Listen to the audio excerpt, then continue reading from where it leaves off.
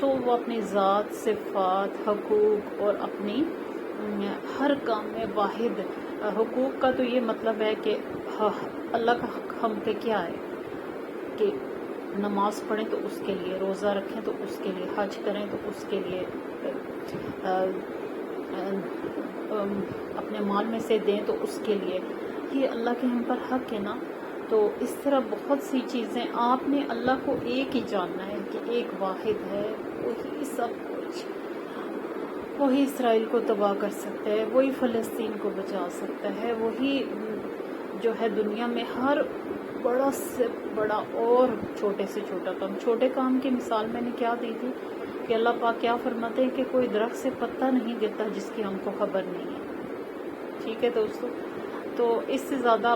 کیا چھوٹی بات ہو سکتی ہے. کریچرز ہیں جیسے چونٹی کے اندر ایک نظام کا سگنل کے ذریعے وہ آپس میں میسیجنگ کرتے ہیں. اور دیکھیں کہ آج فون نے ہمارے لیے ایک ایجاد ہے نا. چونٹیاں جب ایک دوسرے کو میسیج کرتی ہیں تو ان کے پاس کوئی فون نہیں ہوتا، کچھ نہیں ہوتا. یہ چھوٹی چھوٹی مثالوں سے لے کر پوری عالی شان دنیا کا واحد مالک اللہ ہے، اور تمام تر عبادت کا جو ہے حقدار وہی ہے. دوسری کیا چیز اللہ تعالیٰ نے حرام کی ہے، مطلب اللہ تعالیٰ جس سے منع فرماتے ہیں، شیئا وبالوالدین احسانا، اور والدین کے ساتھ احسان کرو. احسان کے لیے والدین کی کوئی کنڈیشننگ نہیں ہے کہ والدین اچھے ہوں، برے ہوں، جاہل ہوں، عزت والے ہوں، کیسے بھی ہوں، ان کے ساتھ احسان کا معاملہ کرو، ان کے ساتھ اچھے رہو، اور ان کی حتی الامکان جو ہے ان کی دل آزاری سے بچو، اور جب تک وہ آپ کے اندر رہیں، چاہے بڑھاپے میں رہیں، چاہے جوانی میں رہیں، جیسے بھی رہیں، ان کے ساتھ ان کے آگے اف نہ کہو. ظاہر ہے اس کا اسلام میں بہت بڑا درجہ ہے. ماں کے قدموں کے تلے جنت ہے، اور باپ جو ساری زندگی کے لیے آپ کو بوجھ اٹھاتا ہے اس کا بھی بہت بڑا اعلیٰ ترین رتبہ ہے. تو والدین کے ساتھ احسان کرو. ولا تقتلوا اولادکم، اور اپنی اولاد کو تندرستی کی وجہ سے قتل نہ کرو. ہم رزق دیتے ہیں تم کو اور ان کو بھی. سم ٹائمس یہ ہوتا ہے کہ جیسے کہ 2 بچے، کم بچے، خوشحال گھرانہ، یعنی کہ اسلام اس چیز کی نفی کرتا ہے. اسلام اس چیز کی نفی کرتا ہے کہ کیا ہے کہ جو بھی روح آتی ہے اپنا رزق، بحیثیت مسلمان ہم جانتے ہیں جو روح آتی ہے اپنا رزق لے کر آتی ہے. اور اگر ہم یہ سوچیں کہ ہمارے ایک بچہ ہے تو دوسرا ہوگا تو ہمارے اخراجات بڑھ جائیں گے اور ہمارے اتنے وسائل نہیں ہیں، تو اس چیز کی اسلام میں ممانعت ہے، کیونکہ رزق رساں اللہ ہے اور آپ تک روزی پہنچانے کا بندوبست وہی کرتا ہے. رزق ایک ایسی چیز ہے جس کی طرف انسان کھینچا ہوا چلا جاتا ہے، یعنی اللہ تعالیٰ نے رکھا ہوتا ہے، آپ کو وہاں پہنچا دیتا ہے اور آپ تک اس طرح رزق پہنچاتا ہے. تو کیونکہ جو ذمہ داری اللہ تعالیٰ نے لی ہے، انسان اس میں خود ذمہ دار بننے کی کوشش نہ کرے اور اس کی بنا پر فیصلے بھی نہ کرے. ولا تقربوا، اور نہ تم قریب جاؤ، اور فواحشہ بے حیائی کے ما ظہرا، جو ظاہر ہو، منہا اس میں سے، وما، اور جو بطنہ چھپی ہوئی ہو. ولا، اور نہ تقتلوا تم قتل کرو، النفس کسی جان کو، التی وہ جو حرم اللہ حرام کی اللہ نے، الا مگر بالحق. اور کیا ہے کہ نہ تم قتل کرو، اور ہاں بے حیائی سے بچو. بے حیائی چاہے وہ چھپی ہوئی ہو یا ظاہر ہو، دونوں صورتوں میں بے حیائی کے قریب مت جاؤ. آج کل کا دور ایسا ہے کہ بے حیائی بہت زیادہ ہو گئی ہے، کیونکہ ہر گھر میں اور ہر بچے کے ہاتھ میں فون ہے، تو یہ آپ کی زندگی میں آپ کی سانس کے ساتھ شامل ہو گئی ہے. تو آپ نے اس سے بچنا ہے. اسلام آپ کو حکم دیتا ہے، ہمارا قرآن حکم دیتا ہے، اور اللہ رب العزت حکم دیتے ہیں کہ بے حیائی سے بچو، جو ظاہر ہے اس میں سے بھی اور جو چھپی ہوئی ہے اس میں سے بھی. سم ٹائمس بچے سکرول کر رہے ہوتے ہیں، گندی گندی چیزیں آ جاتی ہیں. اب ایک مسلم کے لیے کیا حکم ہے کہ وہ فوراً سے ایک کلک کے ساتھ اس کو آگے کر دینا، کہ ڈٹائی کے ساتھ ڈٹ جائے اور اس کو دیکھنے لگے. اسی طرح راہ آپ چلتے جا رہے ہیں، عورتوں کے منہ کی طرف آپ گھور کے دیکھیں، مت دیکھیں. ایک نظر جو پہلی نظر ہوتی ہے اس کا گناہ نہیں ہے، جو دوسری نظر ہے اس کا گناہ ہوتا ہے۔ اسی طرح خواتین کے لیے، خواتین مردوں سے بالکل کم نہیں بلکہ کچھ آگے بڑھ چڑھ رہی ہیں کہ بے حیا زیادہ تر عورتیں ہو گئی ہیں، اپنے آپ کو چھپانا پسند نہیں کرتی، اپنی ہر خوبصورت چیز کو پرومیننٹ کرتی ہیں اور اپنے حسن کی نمائش لگائی ہوئی ہے انہوں نے۔ تو جو ہے کہ اس چیز میں خواتین بھی کچھ کم نہیں ہے، اپنے اسلامی معاشرے میں کم نہیں ہے، چھوٹے چھوٹے کپڑے پہن کے ناچ گانا کرتی ہیں، ٹک ٹاکر کا نام دیا گیا ہے ان کو، اور بے حیائی بہت زیادہ ہے۔ تو حکومت کی طرف سے کچھ چیک اینڈ بیلنس نہیں ہے، تو ہم نے خود سے رکھنا ہے کیونکہ ہمارا مذہب اس چیز کو پسند نہیں کرتا۔ وَلَا تَقْتُلُوا نَفْسَ، کسی جان کو، اور نہ قتل کرو کسی جان کو وہ جو حرام کی اللہ نے مگر ساتھ حق کے۔ اب ایک انسان کا دوسرے انسان کو مارنا حرام ہے مگر حق کے ساتھ۔ حق میں جو 2-3 کنڈیشنز آتی ہیں ان کا میں مختصراً ذکر کروں گی۔ ایک یہ کہ قصاص کے طور پر، یعنی کسی نے آپ کی فیملی کا بندہ مار دیا تو اب قصاص جو ہے قصاص کے طور پر اس کی فیملی کا بھی ایک بندہ مر جانا چاہیے۔ تو اس ضمن میں تھوڑا سا اس میں بہت سارے مزید فردر قوانین آتے ہیں کہ معافی تلافی ہو سکتی ہے، جن کا قتل ہوا وہ معاف کر سکتے ہیں۔ جیسے سعودیہ میں آپ نے دیکھا کہ 2 کزنس نے آپس میں لڑائی کی اور ایک نے دوسرے کو قتل کر دیا، تو پھر قتل جن کا ہوا تھا اور جنہوں نے کیا تھا انہوں نے اپنے بچے کی اس غلطی کے پیچھے اپنی جان مال سب کچھ دینے کی کوشش کی، ہر طرح کی ان کو مطلب دیے گئے کہ آپ معاف کر دیں، لیکن انہوں نے معاف نہیں کیا، جس کی وجہ سے انہوں نے قصاص مانگا، جس کی وجہ سے حکومت نے اس کو بھی پھانسی کی سزا دی۔ ایک یہ قتل کی صورت ہے۔ دوسری صورت یہ ہے کہ کوئی اسلام کے جیسے جنگ ہو رہی ہے، تو جنگ میں اسلام اور کفر کی جنگ ہو رہی ہے، تو اس میں جو آپ کی تلوار کی زد میں آئے تو آئے، یہ صورت ہے قتل کی۔ اور تیسری صورت یہ ہے کہ جو کوئی اسلامی حکومت کے پھیلنے میں مزاحم ہو رہا ہو یا پھر اسلامی حکومت کا تختہ الٹنے کی کوشش کرے، تو ایسی صورت میں بھی جو ہے پھانسی یا پھر سزا دی جا سکتی ہے قتل کی۔ یہ مزید اس سے فردر بھی بہت کچھ نکلتا ہے، لیکن اگر جتنے میں زیادہ تفصیل میں جاؤں گی تو میرے سننے والے بھی کنفیوز ہو جائیں گے۔ تو ایک جان کو قتل کرنا پوری انسانیت کو قتل کرنے کے برابر ہے، ایز اے مسلم ہم جانتے ہیں۔ قتل بہت بڑا گناہ ہے جس کی کوئی معافی نہیں ہے دوستو۔ اس معاشرے میں قتل بہت عام ہو گیا ہے، ماں نے بیٹے کو نہیں، بیٹے نے ماں کو قتل کر دیا، دوست نے دوست کو کر دیا، اچھا جی لڑائی جھگڑے بھائی نے بھائی کو کر دیا، یہ کتنا عام ہوا ہے۔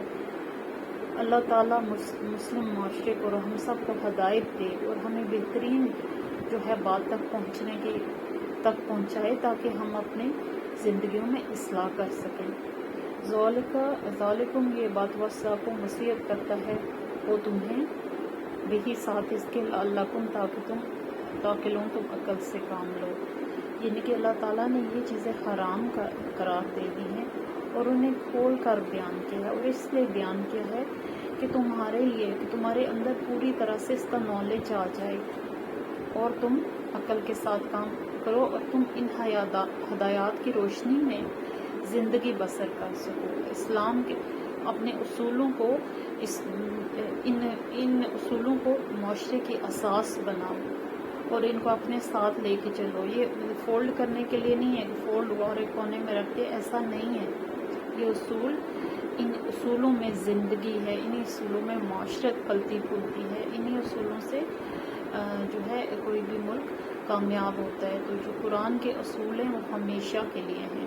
دیکھیں ہمارے اصول دوسرے ممالک ان پر فالو کر کے تو اپنی بہترین نظام کو چلا رہے ہیں، اور قرآن جن کے لیے نازل ہوا تھا وہی شتر بے مخار گھوڑوں کی طرف پھر رہے ہیں۔ وَلَا تَقْرَبُوا، اور نہ تم قریب جاؤ، مال یتیم ہے، یتیم کے مال کے، الا مگر باللتی ساتھ اس طریقے کے ہی یا وہ آسن و اچھا ہے، تا یہاں تک کہ یبلغ وہ پہنچ جائے اشدہ اپنی جوانی کو وعوفو اور پورا کرو، وسعہا اس کی وصیت کے مطابق، سبحان اللہ، اور نہ تم قریب جاؤ یتیم کے مال کے ساتھ، یعنی کہ پہلے بھی سورہ نساء میں شاید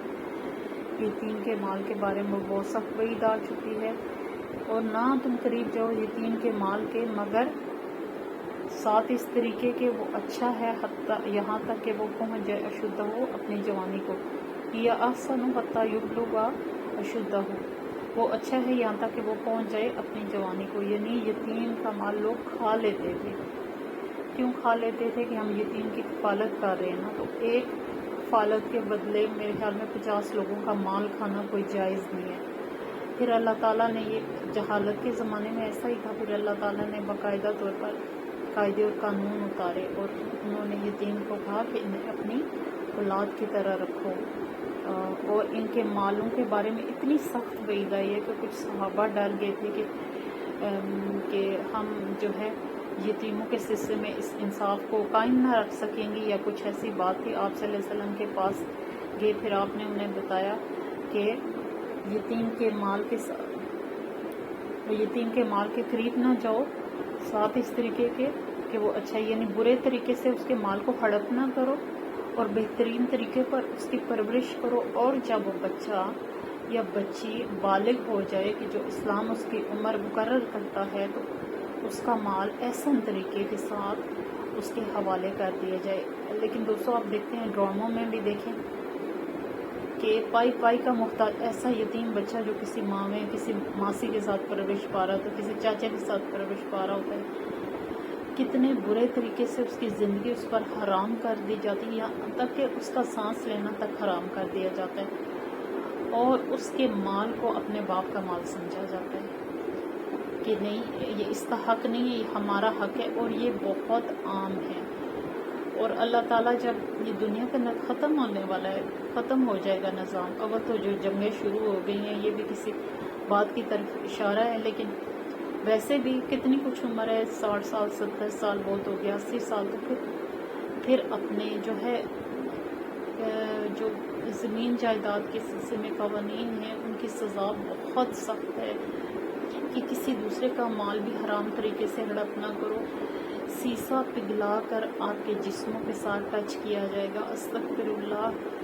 صرف اس بات پر غور کریں اور لمحے بھر کے لیے سب کچھ چھوڑ کر آنکھیں بند کر کے سوچیں کہ آپ کی جلد کے ساتھ سیسا پگھلا کے لگایا جائے گا، اور وہ جو لوگ جو یتیم کا مال کھاتے ہیں وہ جہنم کی آگ اپنے پیٹوں میں بھرتے ہیں۔ تو یہ کتنی بڑی بڑی وعید ہے جس کو ہم دنیا میں بالکل کان نہیں دھرتے، ہاں لیکن موت کے ساتھ سب کچھ واضح ہو جائے گا، تو پھر اس وقت آپ کے پاس کوئی معافی تلافی کا موقع بھی نہیں ہوگا۔ اوف اور پورا کرو الکیل ناپ و والمیزان، اور تول کو بالقسط انصاف کے ساتھ، لا نکلف نہیں ہم تکلیف دیتے نفساً کسی جان کو الا مگر وسعہا اس کی وسعت کے مطابق، واذا اور جب قل تم کہو تم فاعدلوا تو عدل کرو، ولو اگرچہ کان ہو ذا قربا قریبی رشتہ دار، بعہد اللہ اور اللہ کے عہد کو اوف پورا کرو، ذالکم یہ بات وصاکم وصیت کرتا ہے وہ تمہیں بھی ساتھ اس کے لعلکم تاکہ تم تذکرون نصیحت کرو۔ یہاں سارے قوانین بیان ہو رہے ہیں جو اللہ کی طرف سے اس امت کے لیے مقرر ہوئے ہیں۔ ناپ تول میں کمی نہ کرو، اور ناپ تول کو پورا کرو انصاف کے ساتھ۔ کیا ہے ناپ تول میں کتنی زیادہ کمی بیشی ہوتی ہے؟ مثلا سب سے بڑی چیز آج کا سونا بہت مہنگا ہے، جب آپ جاتے ہیں کوئی چیز خریدنے کے لیے تو آپ کو معمولی سی چیز کا اتنا ریٹ بتایا جاتا ہے کہ یقیناً ہم لوگ کہتے ہیں کہ نہیں ہم نہیں خرید سکتے، لیکن جب آپ کو اپنی کوئی چیز دیتے ہیں تو اس کا آپ کو ہمیں جو چیز بتائی جاتی ہے اس کا چوتھا حصہ بھی آپ کو پیسہ نہیں ملتا۔ تو یہ ہے ناپ تول میں کمی، یہ ہے بے ایمانی۔ اسی طرح بہت سارے دکاندار جو لوگ تجارت کرتے ہیں نا، ان کے لیے جو ہے بہت ضروری ہے کہ وہ ایمان کے تقاضوں کو پورا کریں۔ ڈیلی کا بزنس ہے، آپ ناپ تول میں کمی کر رہے ہیں، کمائے جا رہے ہیں اور حرام کمائے جا رہے ہیں،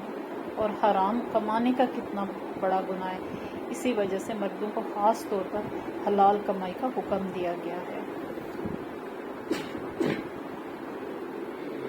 تو یہ اور آگے دیکھتے ہیں کون سا قانون ہے. نہیں ہم تکلیف دیتے کسی جان کو مگر اس کی وسعت کے مطابق. یعنی اللہ تعالیٰ کہتے ہیں کہ یہ دین اسلام ایک آسان دین ہے، اس میں کوئی سختی نہیں ہے. یہ جو چھوٹی چھوٹی چیزیں آپ بتائیں یہ برابر آپ کر سکتے ہیں، اس میں ایسی کوئی مشکل چیز نہیں ہے کہ جس کو آپ جو ہے لے کے بیٹھ جائیں اور کہیں کہ او اب ہمارے لیے حکم آ گیا ہے ہم اس کو پورا نہیں کر سکتے. ایسا کچھ بھی نہیں. یہ آپ کی روزی میں برکت کے لیے، آپ کی زندگی کو ستھرا کرنے کے لیے، آپ کے معاملات کو اعلیٰ ترین کرنے کے لیے اللہ تعالیٰ یہ قوانین وضع کرتا ہے، اور اس کا مقصد ان قوانین سے کسی کو تنگ کرنا نہیں ہے. بے شک وہ بہت مہربان اور رحیم ہے. وَإِذْ اور جب کل تم کہو تم فادل تو عدل کرو. اب اگلی کون سی شرط ہے کہ جب تم معاملہ تمہارے پاس کوئی آئے تو تم انصاف کی بات کرو، چاہے ایک طرف یہود ہوں یا ایک طرف مسلم ہوں، چاہے ایک طرف مومنین ہوں اور ایک طرف مشرک ہوں، چاہے دونوں طرف کوئی بھی ہو. لیکن جب بھی معاملہ تمہارے ساتھ آئے تم ذرا برابر لے لو. وہ کہتے ہیں کہ رائت سے کام نہ لو اور کھرا فیصلہ کرو، سچ بات کرو.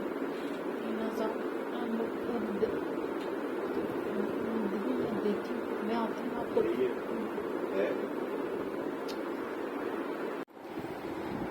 جی تو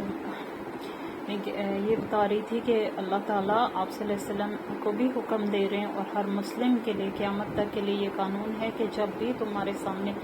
انصاف کے کٹہرے میں کسی کو کھڑا کیا جائے اور اسے ایز اے جج ایز اے وکیل جو ہے مقرر کیا جائے یا معاملے کا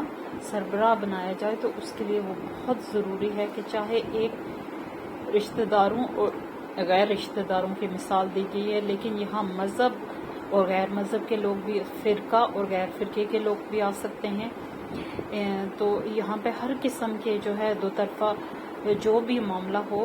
ایک عادل ایک انصاف کرنے والے کو ایک جو مقرر ہوتا ہے یا جو صاحب جو سرپرست ہوتا ہے انصاف کرنے کے لیے، اس کے لیے ضروری ہے کہ وہ انصاف کے تقاضوں سے کام لے اور کسی صورت میں سفارش، رشوت، کسی طرح کے لین دین کو قبول نہ کرے اور اپنے درست فیصلے کے درمیان کسی چیز کو حائل نہ ہونے دے. وَبِعَهْدِ اللَّهِ اور اللہ کے عہد کو اوفو پورا کرو. اور جو اللہ کے عہد کب شروع ہوتے ہیں؟ جب ہم پیدا ہو جاتے ہیں. جب ہم ایک مسلمان گھرانے میں پیدا ہوئے ہیں، ہم نے دیکھا جب ہم ہدایت کی عمر کو پہنچے اور ہم نے اپنے دین کو سیکھنا شروع کیا، ہمیں پتہ چل گیا کہ درست کیا اور غلط کیا ہے. تو اسی وقت سے یہ ذمہ داری ہم پر آ جاتی ہے کہ ہم اللہ کی جو بھی لگائی ہوئی بندشیں ہیں ان کے اندر رہیں اور اس کے مطابق ہی انہی پر عمل کرنے میں ہمارا سکون ہے اور ہماری زندگی کی ترقی اسی پر منحصر ہے.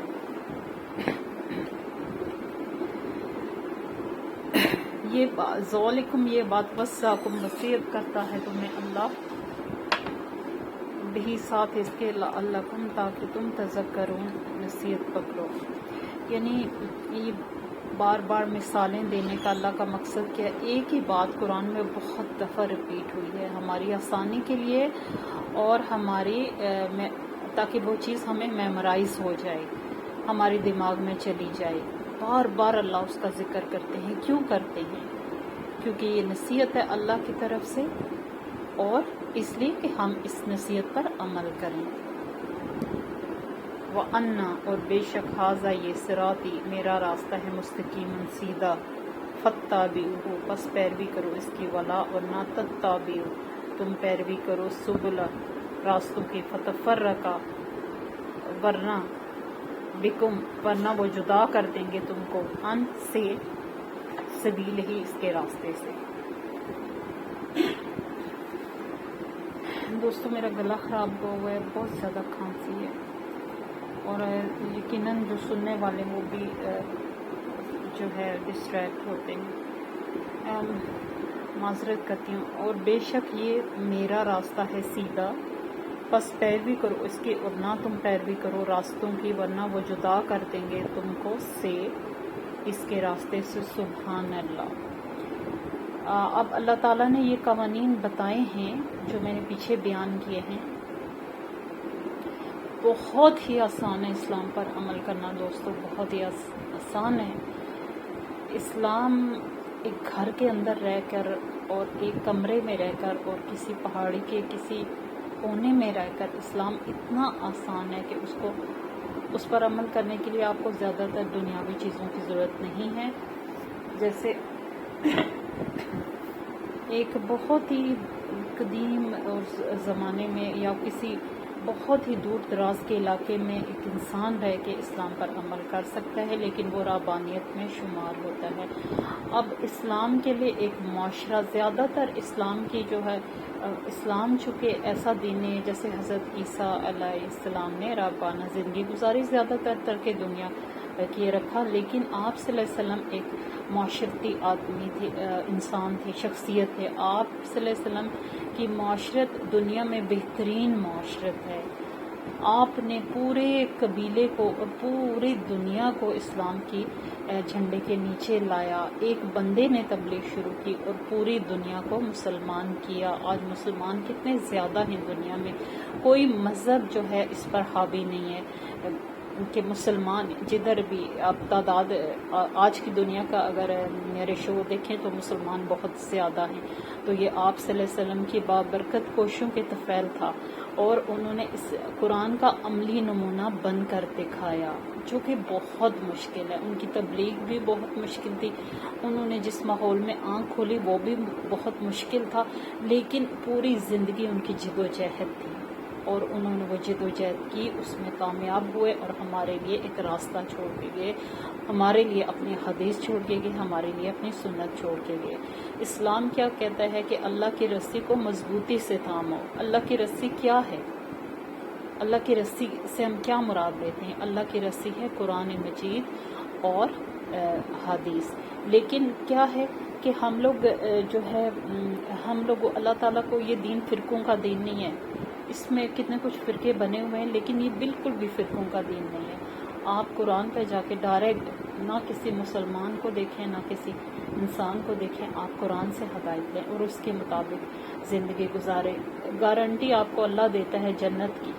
قرآن کے مطابق زندگی گزاریں، اللہ آپ کو جنت کی گارنٹی دیتا ہے، اللہ آپ کو بخشش کی گارنٹی دیتا ہے، اللہ آپ کو بہترین دنیا کی گارنٹی دیتا ہے، اللہ آپ کو نعمتوں کی گارنٹی دیتا ہے۔ بہت ساری اللہ کی رحمتیں انسان کے ساتھ شامل ہو جاتی ہیں۔ تو اللہ تعالیٰ جو اللہ نے قوانین بیان کر دیے ان پر عمل کرو اور مختلف راستوں کی پیروی نہ کرو، ورنہ کیا ہو جائے گا کہ جو اسلامی معاشرہ ہے وہ گروہوں میں بٹ جائے گا۔ اسلام گروہوں کو پسند نہیں کرتا، اسلام تفرقے کو پسند نہیں کرتا۔ آج حالت یہ ہے کہ ایک فرقے کو غلط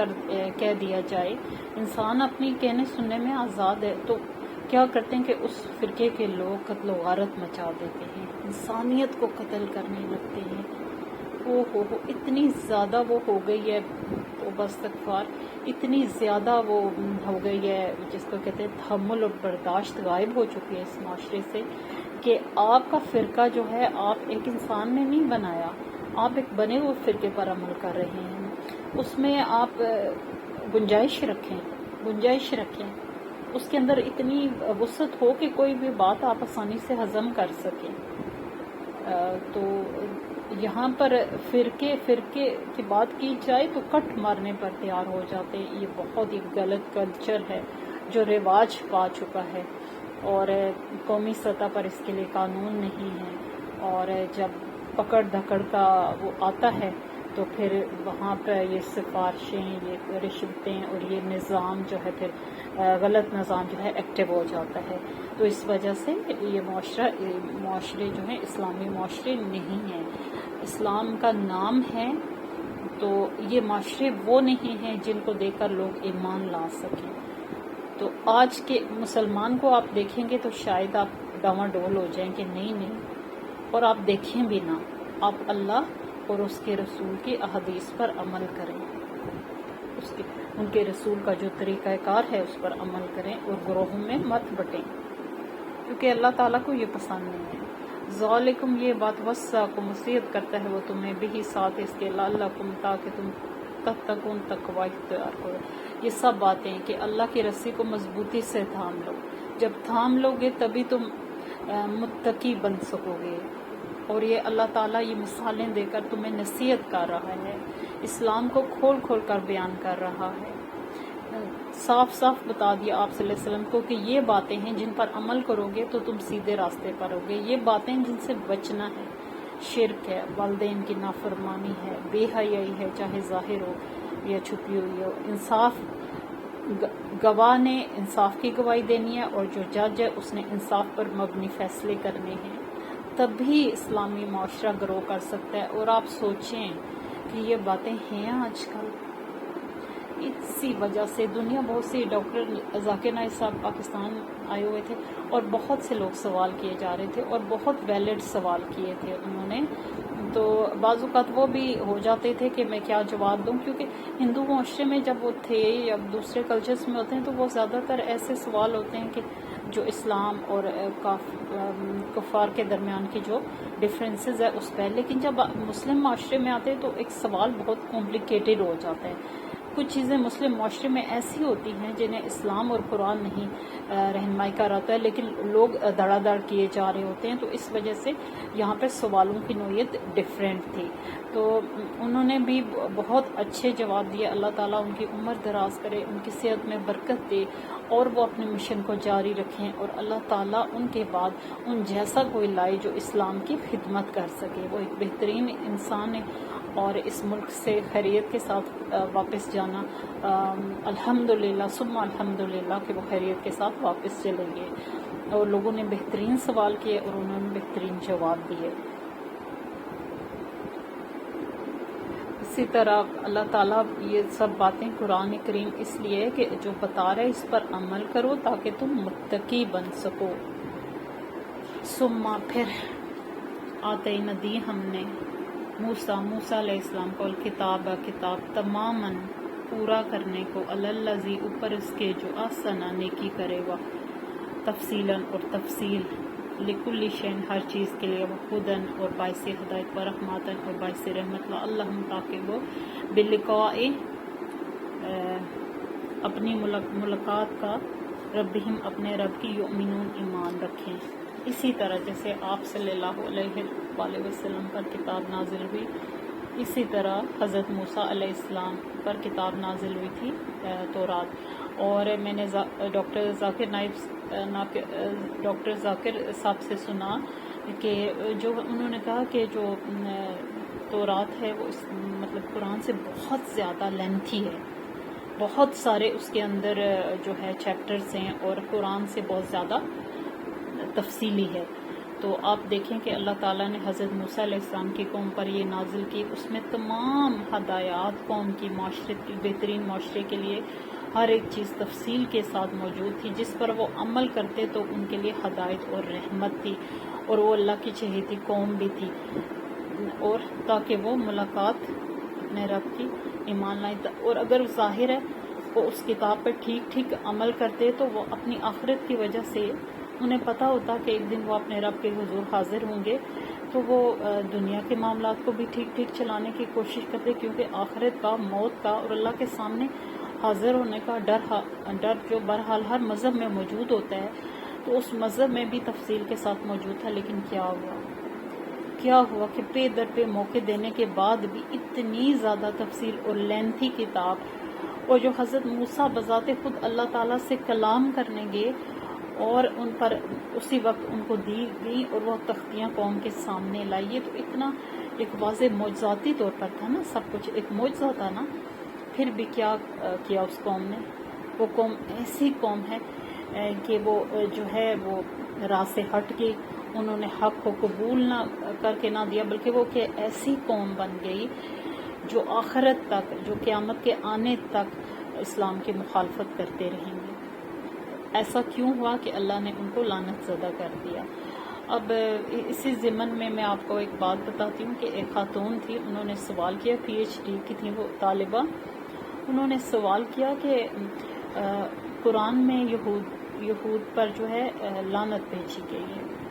تو اس کے باوجود وہ دنیا میں کیوں چھائے ہوئے ہیں؟ اس کا یہ سوال تھا جو ڈاکٹر ذاکر نائک صاحب نے جو ہے دور تھے اور رش بہت تھا اور سنا اور کچھ نہیں سنا، لیکن رپیٹ کیا اس عورت نے، پھر بھی جو ہے جو کہ اس خاتون نے کہا تھا کہ وہ لعنت زدائیں تو کیوں ہے، تو دنیا پر کیوں چھائے ہوئے ہیں۔ تو یہ دوستو اس سوچنے کی بات ہے۔ سوچنے کی بات یہ ہے کہ لعنت زدائیں نا، تو لعنت زدہ کون ہوتے ہیں؟ اس دنیا میں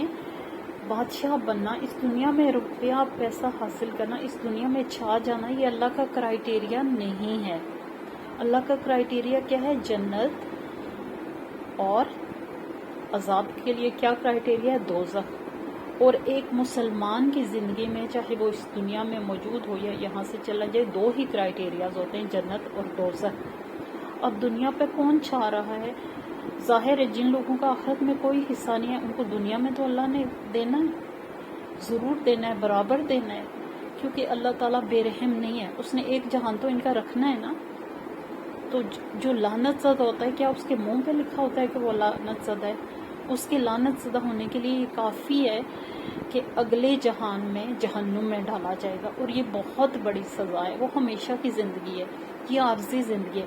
اس میں وہ چھاتے ہیں تو چھا جائیں۔ مسلمان جہاں کہیں ہیں اللہ سے مدد مانگیں گے، ضرور ان کی مدد کرے گا۔ اب فلسطین والے شہید ہو رہے ہیں نا، اب دنیا دیکھ رہی ہے کہ وہ اس دنیا سے چلے، بچے، بوڑھے، خواتین، مرد، تو کیا آپ اور ہم جانتے ہیں کہ وہ شہید ہیں، دھڑا دھڑ جنت میں جا رہے ہوں گے، دھڑا دھڑ جنت میں جا رہے ہوں گے۔ اس کے بالمقابل اگر کوئی اسرائیل کا ایک بھی فوجی مرتا ہے تو کیا ہے اس کے نصیب میں؟ یہ ہوتی ہیں خوش بختی اور بدبختی کی علامتیں، یہ ہیں اللہ کے وعدے، اور یہ ہے اللہ کی طرف سے لعنت زدہ لوگ جن کا آخرت میں کوئی حصہ نہیں ہوتا۔ بدبخت اور بدقسمت وہ ہوتے ہیں، اور خوش بخت ہوتے ہیں جو آخرت میں جن کا حصہ ہوتا ہے، چاہے وہ دنیا میں کتنے ہی مزریبل ہوں۔ تو یہ سوال کا جواب بھی ہے وہذا، اور یہ کتاب ہے ڈاکٹر ذاکر نائک میں جب کہتی ہوں تو میرا وہ ڈاکٹر ذاکر جب جو ہے سم ٹائمز جو ہے وہ سوال کو ڈریگ کرتے ہیں، اور جو پوچھنے والا ہے وہ تنگ ہوتا ہے کہ کیا یہ ہماری بات کا جواب نہیں دیا جا رہا، تو وہ کیسے مبلغ ہیں جنہوں نے کرسچنس میں بھی کرنا ہے، جنہوں نے ہندوؤں میں بھی کرنا ہے، تو وہ بات کو بہت عمدہ طریقے سے پیش کرتے ہیں، جس کی وجہ سے بعض اوقات لوگ جو ہے وہ ڈٹ جاتے ہیں کہ نہیں یہ ہماری بات کا جواب نہیں ہے، یہ ایسا ہے، یہ ویسا ہے۔ تو ایک چیز جو میرے ذہن میں آ رہی تھی ان کے سوال کے حوالے سے وہ میں نے کلیئر کر دی، اور یہ کتاب